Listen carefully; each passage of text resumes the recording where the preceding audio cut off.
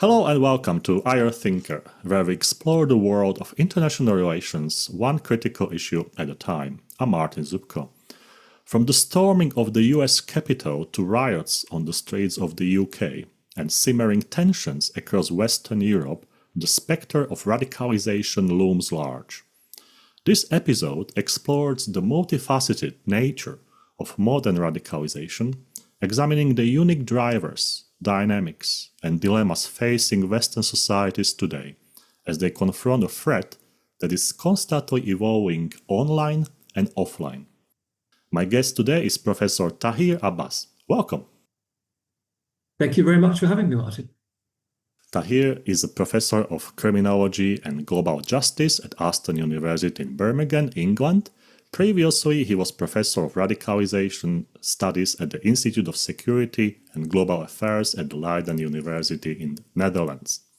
Professor Tahir's research focuses on criminology, sociology, politics, Islamic studies, and mainly he's focusing on radicalization and extremism, which outcomes in political violence. He has written 20 books and edited volumes, and I will include all the links in the YouTube description. At the moment, he's focusing on the global north. So also with this episode, we will discuss new trends and drivers of radicalization in the United States, United Kingdom, and Western Europe. Let's start with the United States. Since 2020, online platforms have been central to acceleration of far-right mobilization in the United States, as we've seen in 2021, which was the Capitol attack. How do you assess the causal link between digital radicalization and offline violence, and which theoretical models, such as connective action or network mobilization, best capture this relationship? Well, you're absolutely right. I mean, the relationship between online activity and offline violence is not just correlational. We very much see a causal link. And what we have here is digital platforms operating as accelerants and echo chambers, which compress the radicalization timeline. So what happens online is completely related to the discourses and the ideologies that get spread, which have real-world implications through these channels, if you like. And what then happens is a form of cumulative extremism, where we have one form of violence being normalized through this violent rhetoric that's associated with it, and the violent individuals are insulated online, and so we get this kind of ideological and logistical mobilization, as we saw, for example, in the January the 6th attack in Capitol Hill. And so what explains this? Well, there are a number of theories. We've got all sorts of ideas that are around, lots of different models which provide a certain degree of salience. I mean, you get this idea of kind of decentralized mobilization, which means that you don't really need formal leadership. You can find this mobilization growing in its own space. And that's a good reflection of what happened on January the 6th. You also have things like network mobilization, where you have integrated connective action. So key online influencers and existing networks steer and focus these mobilization efforts. So we've seen this in perhaps more recent phases when we think about the far right, radical right, extreme right, and then the implications of what is said online and presented and projected having real-world implications in terms of riots and quite problematic disturbances. So there's this continuity that goes on between the digital and the real world, which is symbiotic, it is mutually reinforcing, and it takes different routes depending on whether it's actually leaderless or in fact does have different ideologues who stand at the forefront of some of these movements. And that is very much a picture that we see across the world. So while the global north is of interest in this conversation, we see it elsewhere as well when we think about the Rohingya, when we think about India, for example. Can we tell a few examples of what's going on online? Because many people think that in the United States there might be a website, a Facebook group, or Twitter account or something like that, calling for, do something radical. Do we have any examples how this works? Or for instance, maybe you can have some case study that you were studying or researching, because this is quite interesting that we see the violence on TV when it's happening, like Capital. But we didn't see what was going on before, what sort of online messages were circulating, or what attracted people to basically join this. So what happens is we get this content that's produced online by individuals, particular actors. Some of them can be quite sinister and well organized in their own sphere. They pick on various terminology, various key concepts that have some coherence and connection with people who are already somewhat agitated and somewhat feeling a little bit aggrieved and angry. And there are certain sort of ingredients that people can sort of exploit in that context. And then it's often sort of rapid fire. It happens almost without real planning, it would seem, but because of the certain dynamics that come together very quickly, it literally catches fire, and then we have people who've been susceptible to some of this content in the past, because it coheres and it aligns with their own ideological perspectives, some of which are still taking shape, and then they share it. They share this information among their own groups, their own tribes, if you like, online, and it creates that sort of echo chamber effect, which then can be the accelerant.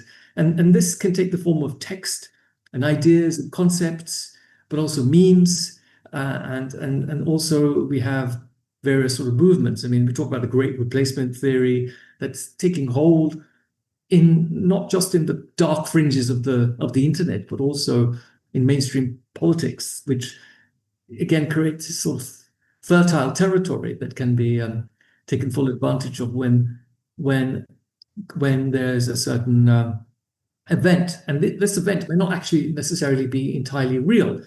There may be some misinformation and deliberate misinformation that is put forward, picking up on ideas that people already have in relation to their fears. So the fear of the immigrants, the fear of the outsider, the fear of Muslims, brown men arriving on boats, all the sort of military age. This kind of language is used to enhance a certain kind of threat. And while we've got so many cases like this, these patterns tend to roughly fall into this sort of dynamic. In the US, there is a strategy that increasingly classifies domestic extremism or extremist groups as terrorist entities. Yeah. And this has more implications, and one of them is unintended consequences, some identity, some political polarization. How might this affect future radicalization pathways? Or do you think that this is a good way how to deal with those groups? Because some of those members might be encouraged by that.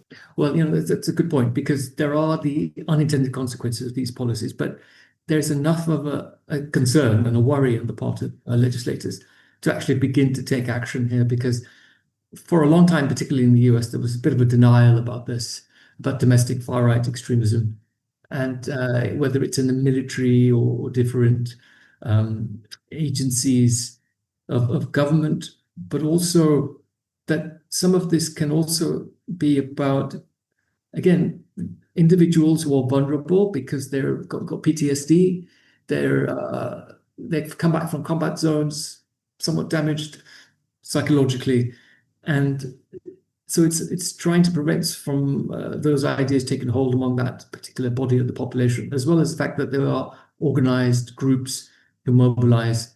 So I think it's between a rock and a hard place, because the problem is that there is a problem, but if you overreach, you can exaggerate the problem by making people think, as you say, that here we are, and well, now we are being noticed, and it's about time we take action. It's the same way when we think about these protests in Europe. We'll come to that in a moment. that the police using its powers legitimizes a certain sense that, well, look, the state is after us, and we have even more right to carry out our actions than we did before, because the state is confirming its hostility towards us. Some people might ask, what's the line between being extremist and between being terrorist? Because when a group is classified as a terrorist group, then people are thinking, but we want something radical. We want to have the influence, the impact. We are not terrorists because we don't want to damage anything. But on the other hand, some of the violence is very close on that special line between extremism and terrorism. How do you see this in your research, and how would you explain this to our viewers? This is a complex, long-standing debate. When is one man's freedom fighter another man's terrorist? And this goes back to the definitions of terrorism that were first began to be formalized in the early 1970s, and even more recently, there still have been questions about how do we define terrorism, because it has implications for who then has the power to do something about it, which then also has implications in terms of the impact of those policies on individuals and communities, and the powers of the state to surveil, to monitor, to capture people's digital footprints as a means of security.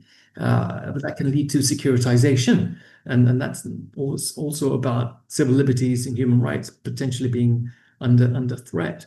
I think many of these debates for me go back to the mid-2000s after the 7/7 bombings, when we were thinking about, well, when is extremism okay to be extremism, in the sense that it's about radical political change, and people in a healthy democracy should be able to express their resistance without breaking the boundaries of those democratic norms. I think that still stands the case today, although it does get blurred when the politics gets a little bit messy.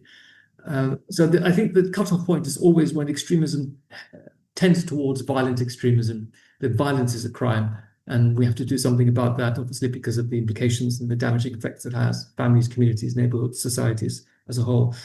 So this is a long-standing issue, but it does get muddied by politics, and we've seen some of the examples of that in the light of the events of October the 7th and what has come subsequently in terms of various organizations and groups being proscribed by the British state, and whether those groups are in fact terrorist organizations in the same way that we might classify ISIS or Al-Qaeda, and then the powers of the state that comes with that, or whether these are just resistance groups who just want to be heard and want to be able to express their concerns about what's going on in other parts of the world. And of course, the state will say, well, we know more than we can say, and therefore it's right that we hold on to these powers. But communities will say, look, we're only here trying to be heard, and you're arresting us in the hundreds for terrorist offenses. What good is this doing? Yeah. And also, I think it's a small detail that for me personally opens many other questions. For instance, if someone wants to change something in a society, that person or group might be afraid to do it because they will be labeled as extremists or sort of like slightly going behind the line. So I think this is quite interesting debate, which I think we should pay more attention to, because there might be good ideas, but people will say, I'm afraid I'm going to be jailed for some radicalization because I want to change one detail of the society. So rather, I'm not going to do it. I mean, I will give up. So I think this is quite interesting, to connect the dots, as I say. Next question is about incel. Incel subculture is something new or relatively new. And I would like to ask you two questions. Can you please explain what does incel mean in the context of radicalization? And the second question, should incel extremism be conceptualized primarily as an individual psychological phenomenon, or a collective online subculture, or as a part of the broader far-right ecosystem? Well, incel, it's a word derived from two words: involuntary celibacy. It has its roots online, going way back to the 1990s, taking much more of a hold in recent periods, and we associate it with a certain demographic of vulnerable, and we'll explain what that means in a minute, but young people in the late teens, early 20s, who experience all sorts of individual psychological issues, for sure. They're also often, and as the cases tell us, are on the autistic spectrum. And we have to be careful here because lots of people have autism. Some people have it, but they don't know it. We shouldn't start demonizing people with these kinds of these kinds of issues. But there is a certain kind of attitude that is bordering on authoritarian. It's bordering on anti-women, anti-gender equality, for sure. And there is also are issues to do with lonely, isolated, disconnected young men who spend a lot of time in echo chambers online, who see a lot of the problems that they face as a consequence of women in society and the progress that they've made. So they see women as the enemy, and we've seen attacks against women in these sort of violent terrorist incidences. And so when somebody gets in a vehicle and starts ramming women on the streets of Toronto, it is a terrorist act, for sure, by definitions of terrorism. But it's also about these young men who are often disconnected altogether from each other. But sometimes with a lot of these sort of lone actor kinds of terrorism, we do realize that there's some copycat thinking and application there.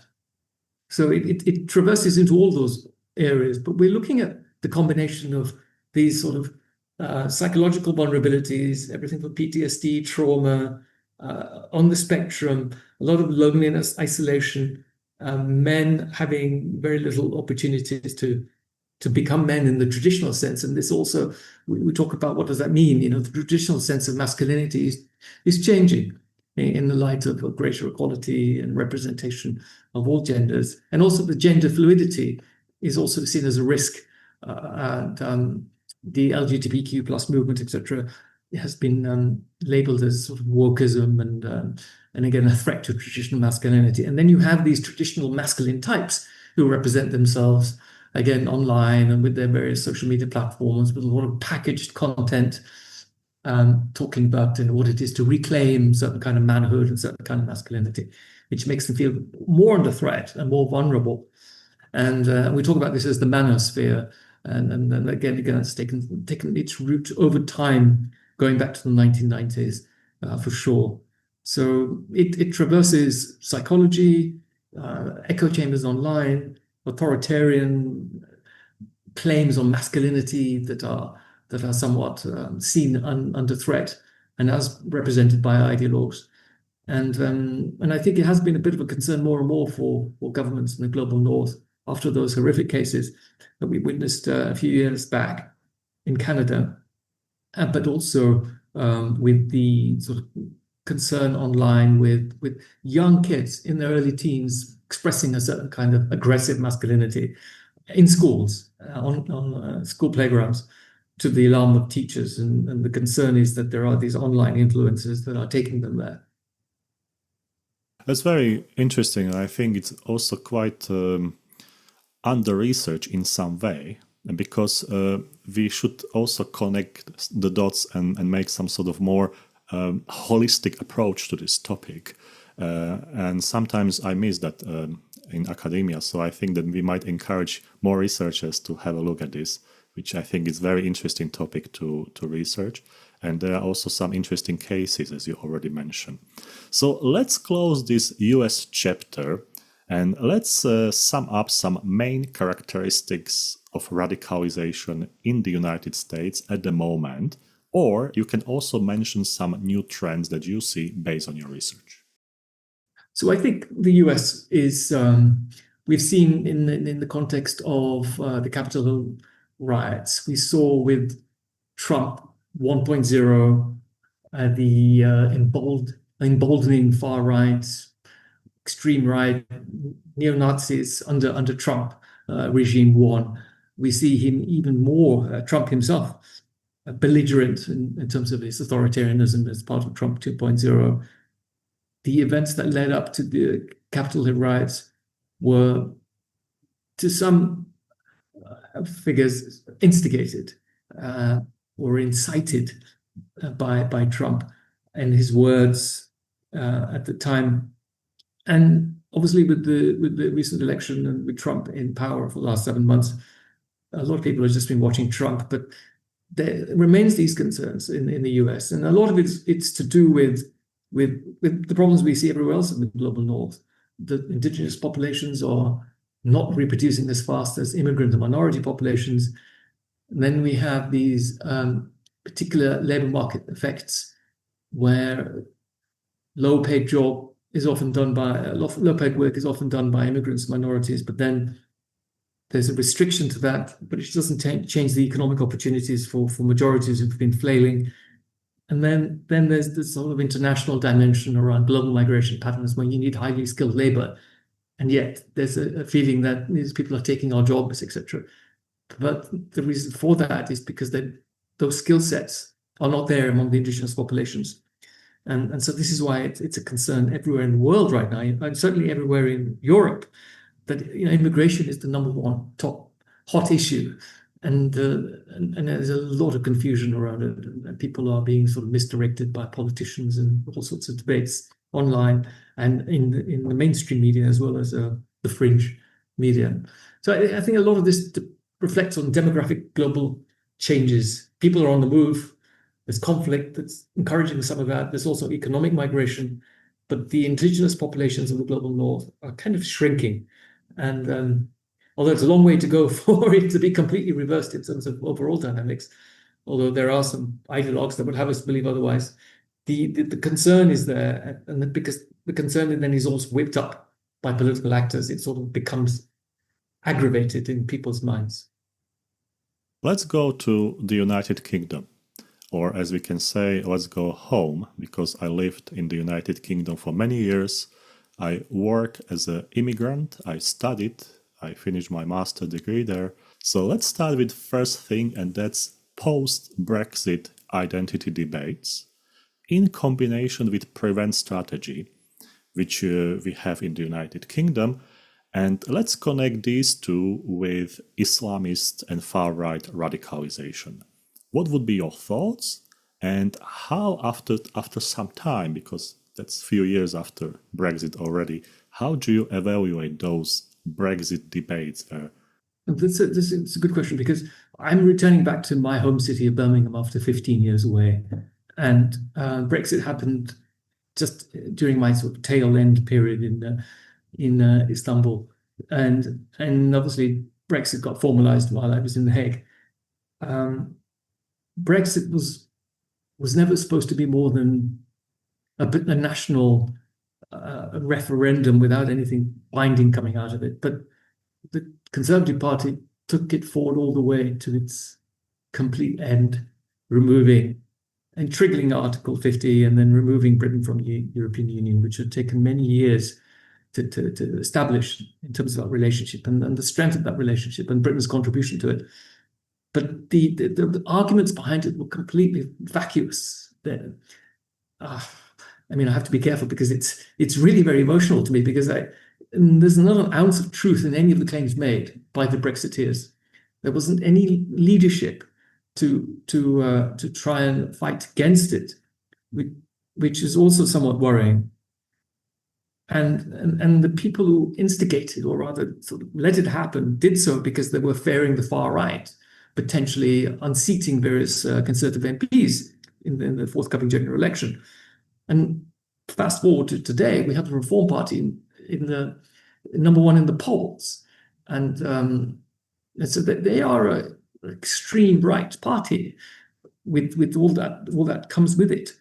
So what has happened? It's the classic case of the populist authoritarian ideologues whipping up a certain kind of frenzy. In this case, the European Union, and the immigrants who'd come to Britain to make their home, to work, to take part in the economy, to contribute, to pay taxes, and so on, were seen as somehow diluting a sense of Englishness and Britishness, which was always under a state of evolution. Britain has always been a plural society. It's a nation of immigrants, going all the way back to the Angles, the Saxons, the Jutes, the Normans, and so on. And sadly, the first sort of the day after the Brexit vote, it was a Polish community centre that got absolutely trashed in Leeds. And there were a million Polish people in the UK, again, taking part, contributing, going to church when nobody was going to church, etc. And that was all part of what the European Union is still about, which is expanding and including and keeping it kind of broad, collective. That is the biggest trading bloc in the world, freedom of movement, and the fact that there's a particular shared heritage as Europeans. And we can think of that as from the point of view of ethnic and racial minorities are also part of the European landscape and in Britain. So behind it all was a set of exaggerated claims, to put it politely. And we see now the huge consequences in terms of the impact on the economy, the impact on trade.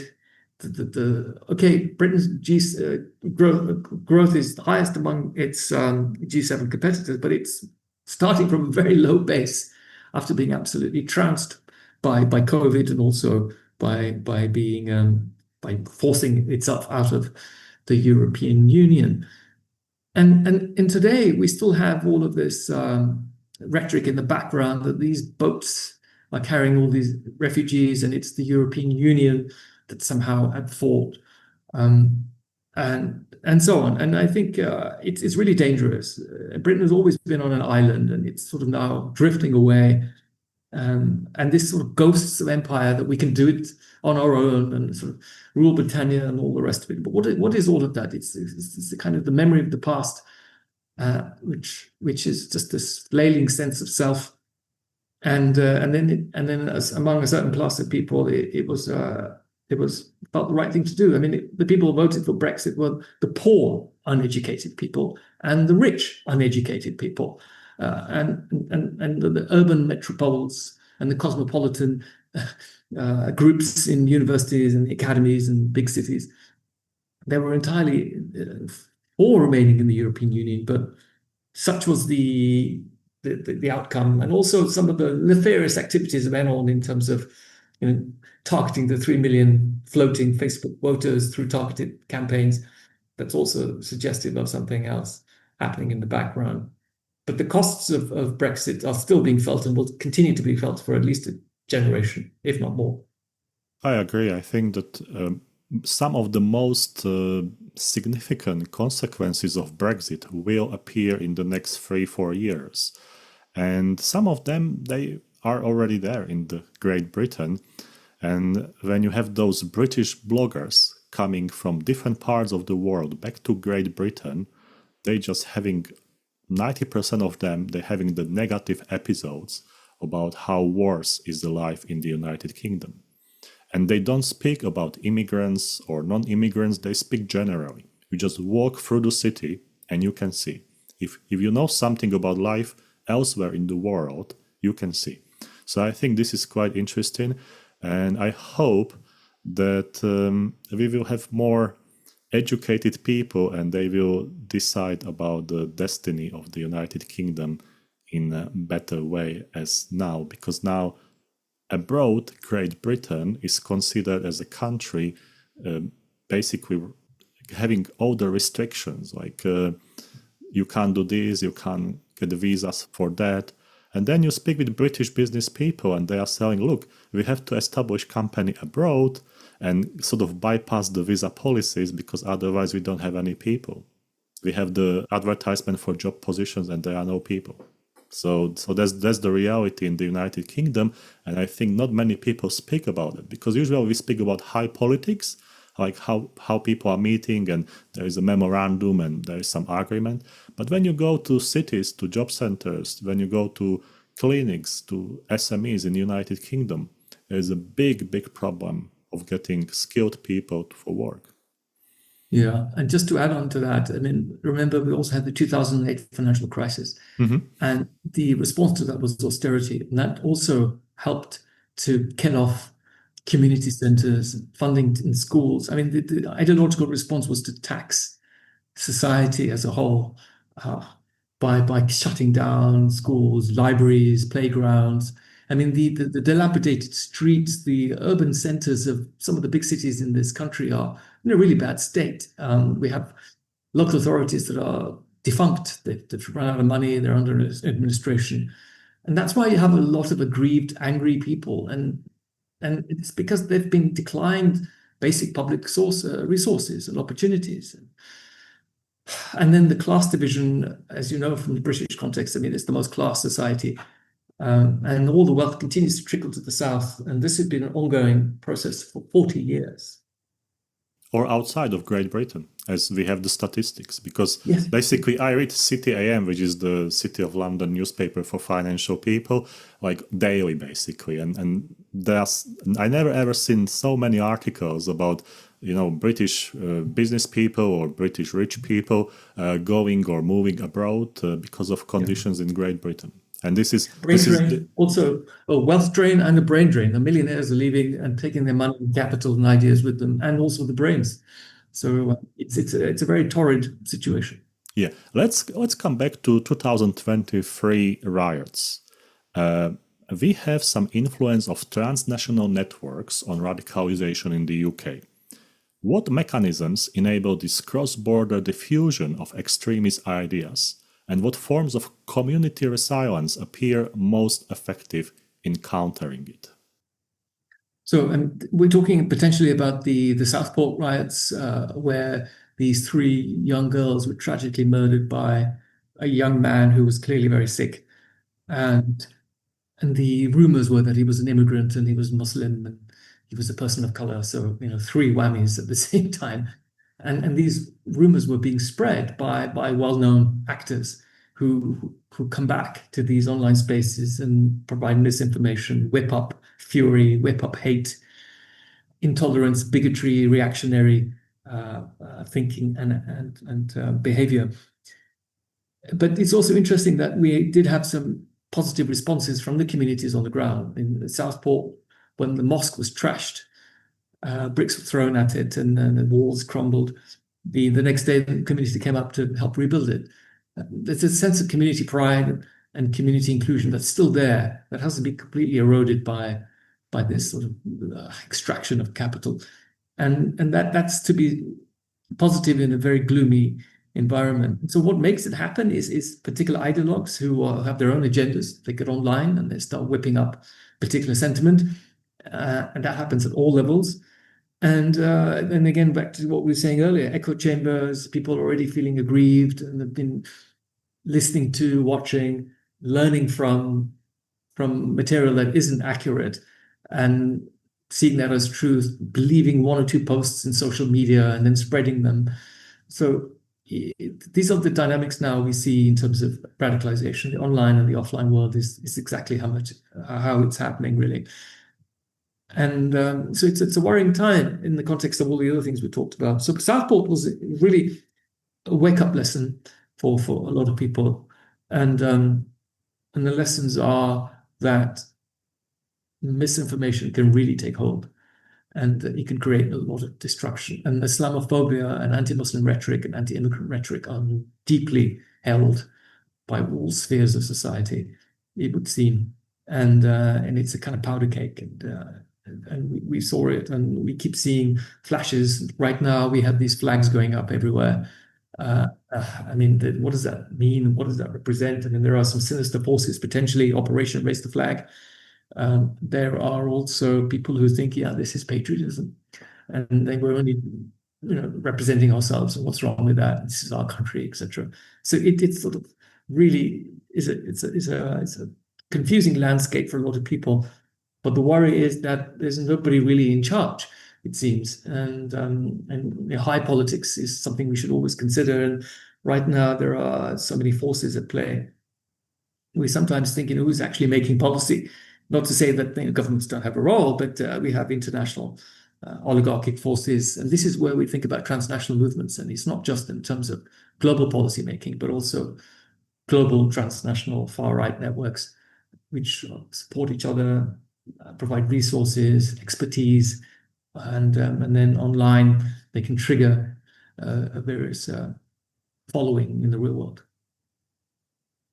There is a slightly more sensitive question, and that's to what extent has the ongoing Israel-Palestine conflict influenced radicalization narratives within the United Kingdom, And how might this reshape Muslim electoral behavior or civic participation?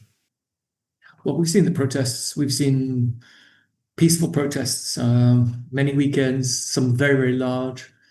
I mean, the horrendous issues that are happening in Gaza right now are still happening. Much of the thinking world is aghast, yet the UN, international bodies, there's really very little action.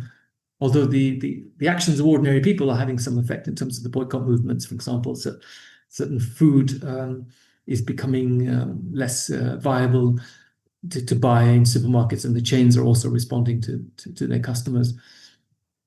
So we've seen politically what that has done in terms of the Gaza effect. When we had the election last year in the UK, I think there were five seats that were lost to Labour because of independent candidates, entirely mobilized on the Gaza issue. And so Labour is quite mindful and watchful of what all of this means for electoral politics.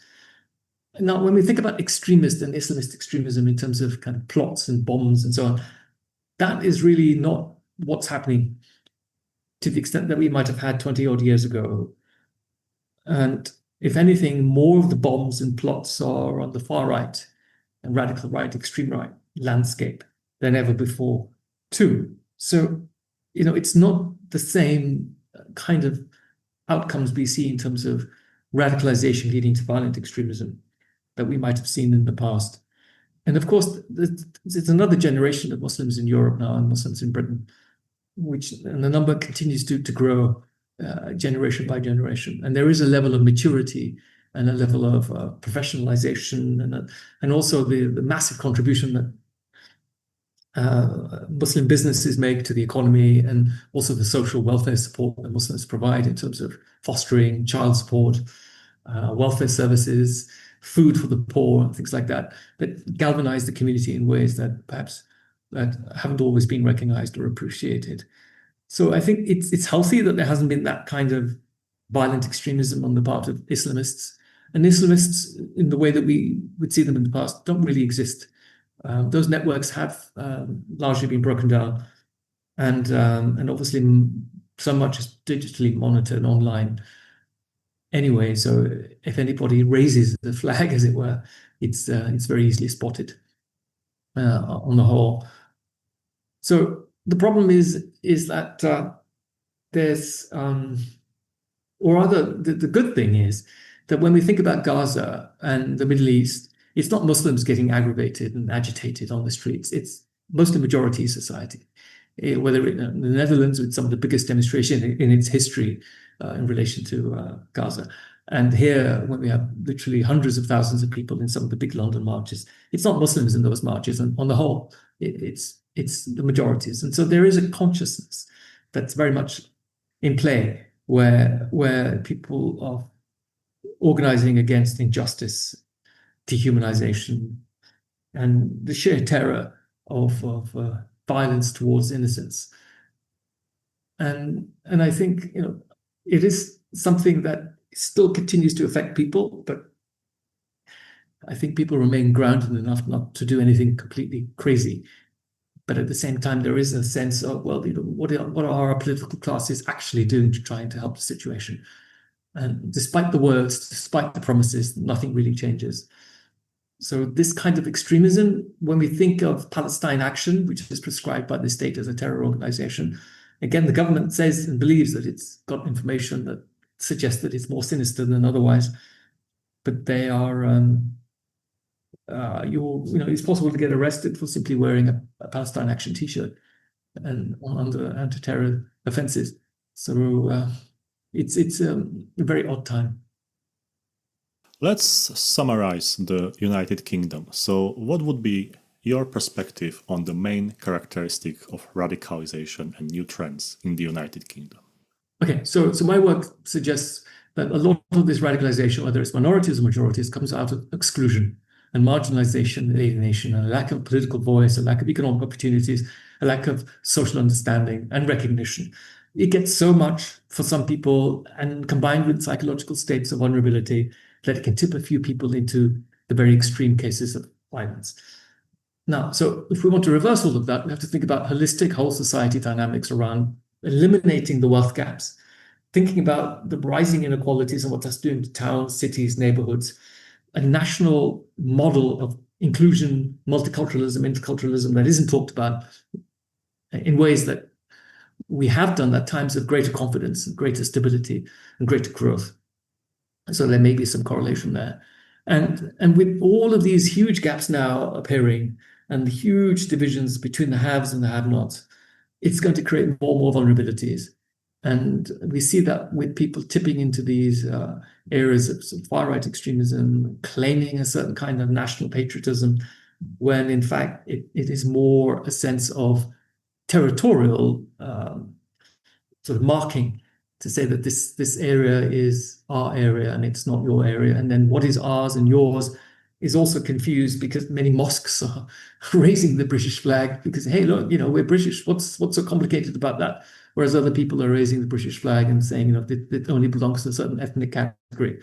And even then, that's also very confused because we know the history of migration of people out of Europe into Britain for centuries and centuries. So inequality, there's a little bit of a populism in terms of certain demagogues who whip up certain fury and hate and intolerance and bigotry because that's people's sentiments that they're exploiting. And the economic opportunity wealth gaps is a major concern. And as we said earlier, Britain for many is a broken nation. And where does a broken nation go that continues to be dividing itself and pulling itself apart? Does it have to get really, really bad before somebody wakes up and starts to think about, we need to reverse some of this? And at the moment, it's a big unknown. Right. Let's go to Western Europe. You live in the Netherlands for many years. You surely traveled to many conferences, met with the colleagues, and you know the European Union as a perspective, as an institution, and what's going on. How would you characterize that intergenerational dynamics within migrant and minority communities, which might affect the radicalization or that sort of theoretical framework, how we see the situation? Because many times we have different countries, and Western Europe is not only Germany and France, but there are more countries. So we don't want to generalize and apply everything as it is. But you might have some case studies, or you might have some research outcomes that you might share with us and clarify this a little bit more.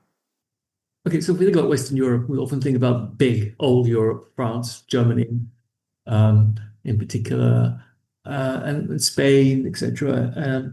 But we have to think about Europe in terms of its much greater landscape. When we think about people who are fleeing persecution, war, and what that's doing to Spain and Portugal, which has got a massive problem of population growth, and yet it's so close to North Africa and those kinds of routes. We also see in Germany, for example, when we think about the guest worker system, Germany, the Netherlands, Denmark, and France, the 50s and 60s, they're grandparents now, and the grandchildren are essentially integrated in as much as they can be, but because the reality is that they still face discrimination despite their claims to assimilation and integration, and yet employers still discriminate. Women in headscarves find it difficult to get jobs in the private sector. Front position in banks, you'll never see a woman in a headscarf. Television, media, behind the scenes, in front of the camera, etc. So there are these problems of integration, despite attempts by Muslims to do what is required of them, is expected of them, to go through the education system, to get the qualifications, to compete for the jobs, and yet still they find discrimination a significant pattern. And then we get the violence towards Muslim groups, institutions, mosques, attacks, all the time, cases galore, and that's not going away anytime soon. And the intergenerational dynamics are such that we expect over time for things to sort of level out, birth rates level out, and become much more aligned to the national averages. People have different aspirations which align themselves to sort of normalized, upwardly mobile, middle class perspectives in terms of how big a family should be, what kind of educational routes they should take, etc. And we see that as a pattern across all aspects of the global north. But a lot of communities are still being stuck, are still facing being stuck in those same kinds of positions that they were, where their grandparents are now, in the inner city areas with the greatest poverty and the greatest disadvantage, with the least by way of public services, social services, healthcare. And that is discrimination, but it's also structural disadvantage. And then we have plenty of Islamophobia at the cultural level, but also institutional level, and also the high political level. And think about Poland and think about Hungary and some of the things that come out of the ideologues there, especially Hungary. And then Portugal and Spain have got a slightly moderated perspective relative to that part of the world. We've seen in Germany how it shifted dramatically with the AfD and its stance that is taken vis-a-vis Israel, Gaza, and then France has 6 million plus Muslims, the biggest population. Well, because there are no official statistics because there's no census data that collects ethnicity or religion, but it's a massive population of people from North Africa in particular. And we get a few successes in terms of football and television and media and so on, the sort of high visible places, but there's still a very long tail that continues to face isolation and exclusion. And then, of course, that impacts on people's confidence, people's sense of well-being. And then we have to think about capacity of religious institutions, trying to get recognition, trying to get recognition by the state is still a difficult topic relative to, say, the Jewish communities, which have a much longer history in Europe, of course, and a very different kind of history in Europe as well. So there are many, many challenges for Muslims in Europe, and we understand that the European Commission is trying to do as much as it can by way of debates, discussions, and getting the member states to align around certain policy directives. And there are some wins occasionally here and there, but it seems to be a long upward journey that hasn't borne the fruits we would like it to. And what's your opinion about the younger generation, like people who are now 15, 16, and they are watching all those things on the telly, like Gaza, and they're watching about terrorism, Islamophobia, radicalization.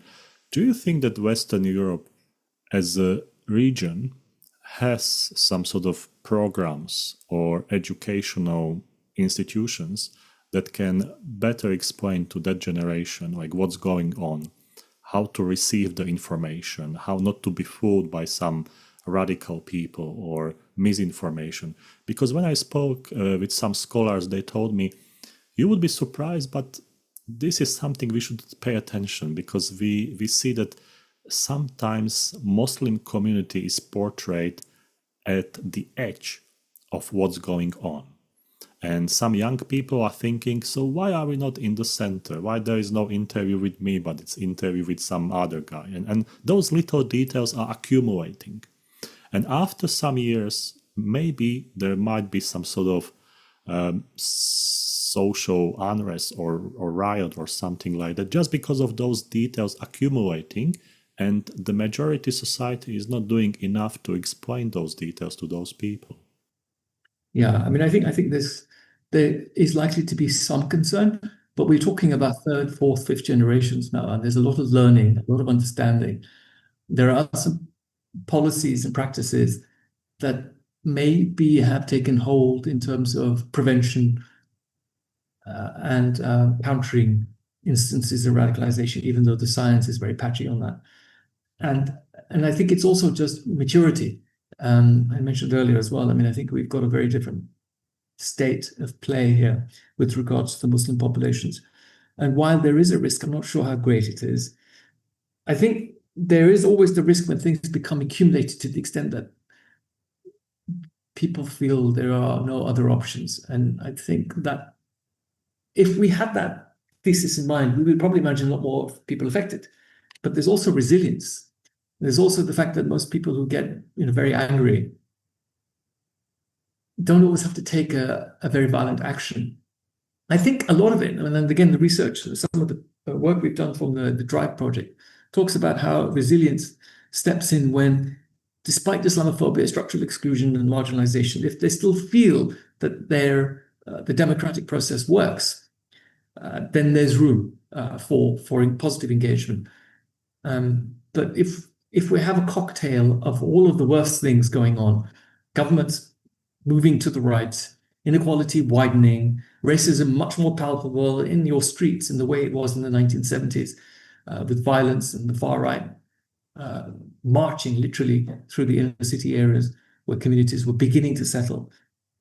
And with ongoing sort of global Islamophobia patterns, I think there could be a risk, but we just have to be a little bit careful of not sort of overly focusing on their Muslimness as somehow a factor in this, because that Muslimness could also be a resilience tool in this space. And it's much more about exclusion and identity and belonging and status that would affect anyone. But when you add the fact that there's so much discrimination and racism and Islamophobia, which is racism but directed at Muslims in particular, then I think there's potential for that. But we just have to be careful of not exaggerating that too much, although there will always be concerns, of course.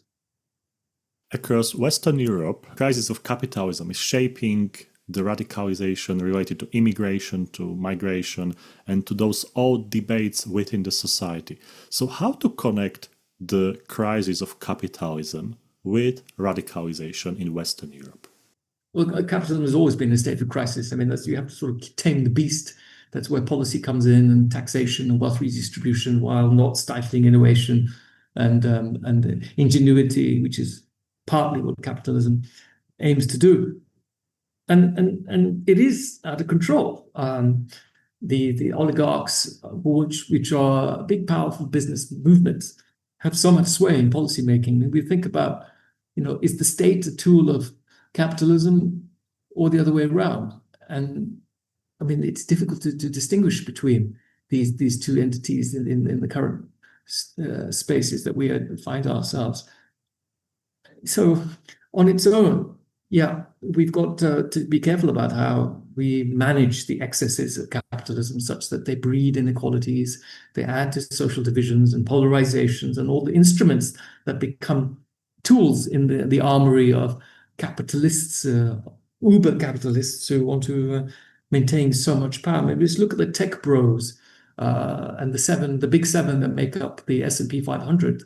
The amount of power and information and wealth that they have is extraordinary, and we hardly question it. And these things are happening more and more, and it's because so many people get left behind. I mean, the people who we think about now in this conversation, the potential extremism among fifth-generation Muslims, for example, or the far right, extreme right, radical right, these are the people who've been left behind altogether by capitalism, and capitalism is famously always about its own interests and about propping up elites and reproducing power in the hands of the few rather than the many, and making sure that those at the bottom are suitably fighting against each other and making sure that there's no way they can organize and resist and mobilize against it.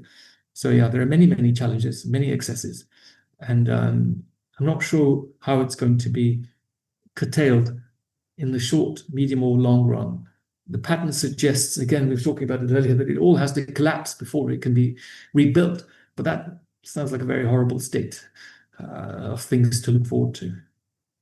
So let's sum up the main characteristics of radicalization in the Western Europe. So I would say it's a social phenomenon. It's a problem of societies, not necessarily individuals. Individuals are sometimes falling into the traps created by those societies. And we have to be mindful of how all of this is connected to the whole society dynamics of nations up and down Western Europe. And when we begin to think about this in those holistic terms, then I think we're going to get less and less radicalization.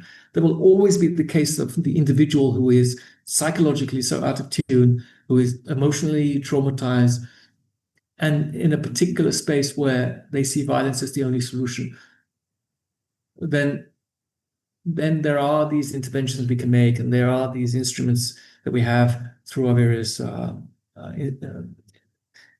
sort of spaces such as education and mental health, to raise awareness, to pick out risks before they become much more material. But if we think about radicalization, we really need to think about it as a whole society dynamic. And by seeing it as a question of an individual gone bad and let's stop that individual from doing their thing, that's not going to solve radicalization at all in the long run. It might do in one or two immediate instances, and that might definitely appeal to certain the elements of the state, whether it's security, defense, or domestic affairs. But in the long run, we have to think about societies as a whole. The last question for today's interview. What's the most challenging when you research radicalization as an academic or as a researcher? And maybe if you can give some piece of advice to young researchers or some researchers that they are thinking that, oh, radicalization might be something I would like to research, I would like to get into, but I am not sure if this is for me or not. So perhaps something from your career, from your rich career.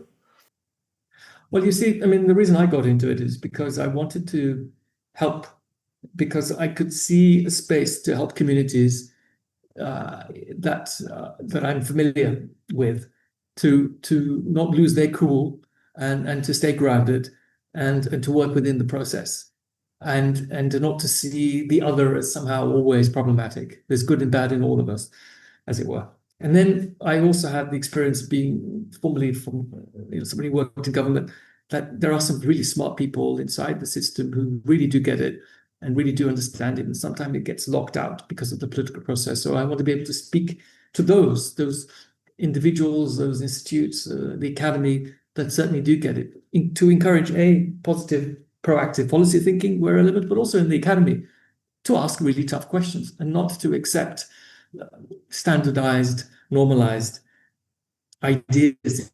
Because the main problem with radicalization, I think is the main issue, is that it's such a state-centric discourse. And that's how it sort of came about in the very first instance 20 years ago when the war on terror started. We've got to stop these young people from being radical. Let's go and find interventions straight away in schools and so on. And while some of that does have purchase and relevance, the way it got exaggerated to engulf entire communities and cities and neighborhoods reproduced racialization and Islamophobia, which created more problems down the line, acting as recruitment sergeants on their own terms.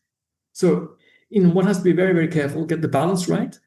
I would say to any researcher, don't be afraid to ask critical questions. You have to be very critically minded, but take the balance of evidence forward as best you can. It's really, really difficult to do radicalization research in practice too, because, difficult to access former terrorists or extremists because they're behind bars or under the ground in some cases. And what we wanted to do was to get to a space where we were talking to people who were flirting with ideas of extremism. And we understood that as a social problem at all sorts of levels and how it's mediated in the context of the family, the community, the neighborhood, and how ideas of space and belonging impact on that. So for me, these are ongoing questions because it's part of a wider set of questions of how societies are changing. But it's also a question of trying to help communities, help policymakers, and ask tough questions in the academy, because otherwise it's very boring and very normal and very much the status quo. And that, that's just boring. Yes, and I can confirm those words because of my lecture that I gave last year about radicalization.